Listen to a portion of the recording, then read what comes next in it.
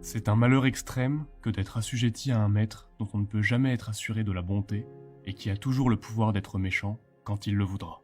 Quant à obéir à plusieurs maîtres, c'est être autant de fois extrêmement malheureux. Car dès qu'un roi s'est déclaré tyran, tout le mauvais, ceux qui sont possédés d'une ambition ardente et d'une avidité notable, se groupent autour de lui et le soutiennent, pour avoir part au butin et pour être, sous le grand tyran, autant de petits tyranneaux. Et ce n'est pas le tout de lui obéir, il faut encore lui complaire. Il existe plusieurs types de tyrans, mais même ceux qui sont élus par le peuple le traitent comme un taureau à dompter. Je voudrais seulement comprendre comment il se peut que tant d'hommes, tant de bourgs, tant de villes, tant de nations supportent quelquefois un tyran seul, qui n'a de puissance que celle qu'il lui donne, qui n'a de pouvoir de leur nuire qu'autant qu'ils veulent bien l'endurer, et qui ne pourrait leur faire aucun mal s'ils n'aimaient mieux tout souffrir de lui que de le contredire. 2 hommes, et même 10, peuvent bien en craindre un, mais que 1000, 1 million, 1000 villes ne se défendent pas contre un seul homme, cela n'est pas couardise. Quel vice monstrueux est donc celui-ci qui ne trouve pas de nom assez laid, que la nature désavoue et que la langue refuse de nommer. Ce maître n'a pourtant que 2 yeux, 2 mains, un corps, et rien de plus que n'a le dernier des habitants du nombre infini de nos villes.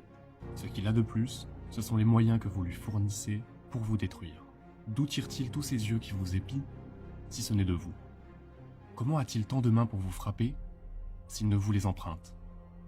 A-t-il pouvoir sur vous, qui ne soit de vous-même? Pour fendre le bois, on se fait des coins du bois même. Tels sont ses archers, ses gardes, ses hallebardiers. Non que ceux-ci n'en souffrent souvent eux-mêmes. Ils se contentent d'endurer le mal et d'en faire, non à celui qui leur en fait, mais bien à ceux qui, comme eux, l'endurent et n'y peuvent rien.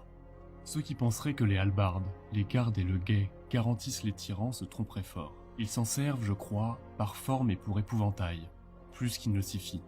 Les archers barrent l'entrée des palais aux malhabiles qui n'ont aucun moyen de nuire, non aux audacieux bien armés. Les gens soumis, dépourvus de courage et de vivacité, ont le cœur bas et mou, et sont incapables de toute grande action. Les tyrans le savent bien, aussi font-ils tout leur possible pour mieux les avachir. Ne croyez pas qu'il y ait nul oiseau qui se prenne mieux à la piper, ni aucun poisson qui, pour la friandise du ver, morde plus tôt à l'hameçon, que tous ces peuples qui se laissent promptement allécher à la servitude pour la moindre douceur qu'on leur fait goûter. Le théâtre, les jeux, les farces, les spectacles, les gladiateurs, les bêtes curieuses, les médailles, les tableaux et autres drogues de cette espèce étaient pour les peuples anciens les appâts de la servitude, le prix de leur liberté ravie, les outils de la tyrannie. Ainsi les peuples abrutis, trouvant beaux tous ces passe-temps, amusés d'un vain plaisir qui les éblouissait, s'habituaient à servir. Mais ce tyran seul, il n'est pas besoin de le combattre, ni de l'abattre. Il est en fait défait de lui-même, pourvu que le pays ne consente point à sa servitude. Il ne s'agit pas de lui ôter quelque chose, mais de ne rien lui donner.